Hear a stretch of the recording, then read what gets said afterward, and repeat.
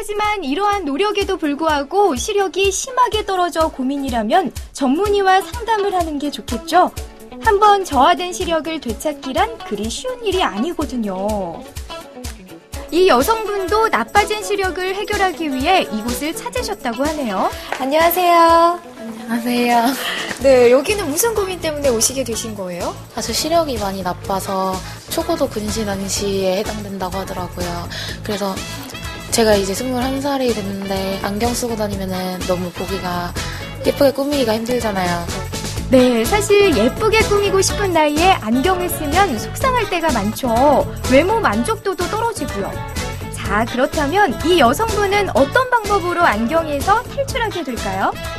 초고도 근시 환자이시기 때문에 그 수술 방법은 처음에는 각막 상피를 벗기고 레이저를 조사하는데 각막 잔존량을 많이 남겨놔야 되기 때문에 일반적인 레이저 수술 방법이 아니라 차세대 레이저를 이용해서 각막 양도 충분히 남겨놓고 주변의 기본진도 최소화를 하기 위한 수술을 시행하겠습니다. 여기서 잠깐! 차세대 레이저 수술법이라고요? 새롭게 등장한 시력 교정술이란 무엇인지 자세히 알아볼게요. 안녕하세요.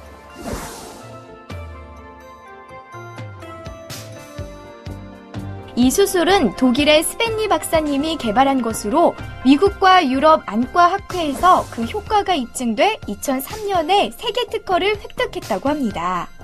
네, 차세대 레이저 수술법이란 어떤 수술법을 말하는 건가요? It's called ASA LASIK.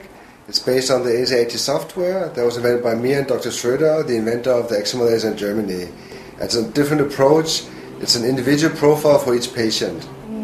그렇다면 그 기존의 방식과 비교했을 때 많은 차이가 있는 거예요? Yeah, it's a big difference. With the ASA LASIK, we were now able to approach even refractive errors up to minus 15 diopters as myopia. In hyperopia, we are able to cut up to 7 diopters plus. And in astigmatism up to minus 7. We're now able to treat even people with very large pupils, with very thin corneas, and different kinds of refractive errors, even like presbyopia, and we're able to correct LASIK complications or other complications after any other surgery. Basically, that's the ASA LASIK software. It's individual and it's very customized. 이러한 특징이 있는 방법으로 수술을 받기로 한 여성분. 떨리는 마음으로 수술실로 들어갔습니다.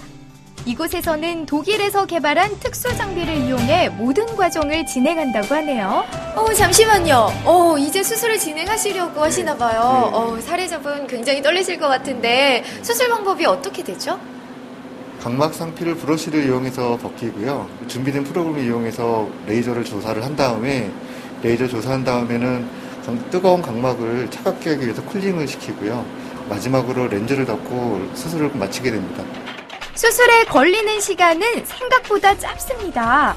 하지만 아무래도 사람에게 있어 가장 소중한 부위인 눈을 수술하는 것이기 때문에 전 과정이 주의 깊게 진행되죠. 전문의와 모든 스태프들이 한시도 긴장을 늦추지 않고 수술에 임하는데요. 이 여성분은 좋은 결과를 얻을 수 있을까요?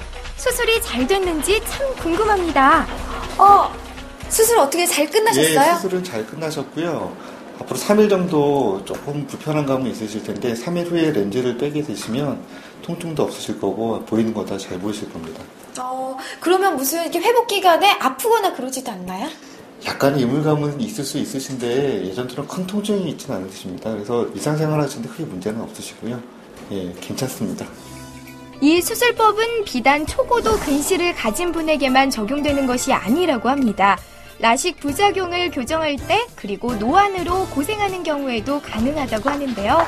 안녕하세요. 안녕하세요. 네, 제가 듣기로는 수술을 받으셨다고 들었거든요. 네, 제가 수술을 받았습니다. 그 수술을 받은 이유가 시력 교정이 좀 필요하고 그다음에 자꾸만 이렇게 보는 게 멀어지는 거예요. 그래서 노안이 나이가 들다 보니까 40이 넘어가면서부터 그런 증세가 나타나가지고 검사를 하러 왔다가 그 시력 교정 수술하고 노안에 관계된 그 시술을 좀 해야 된다고 해서 그 수술을 받고서는 지금 많이 좋아진 상태입니다.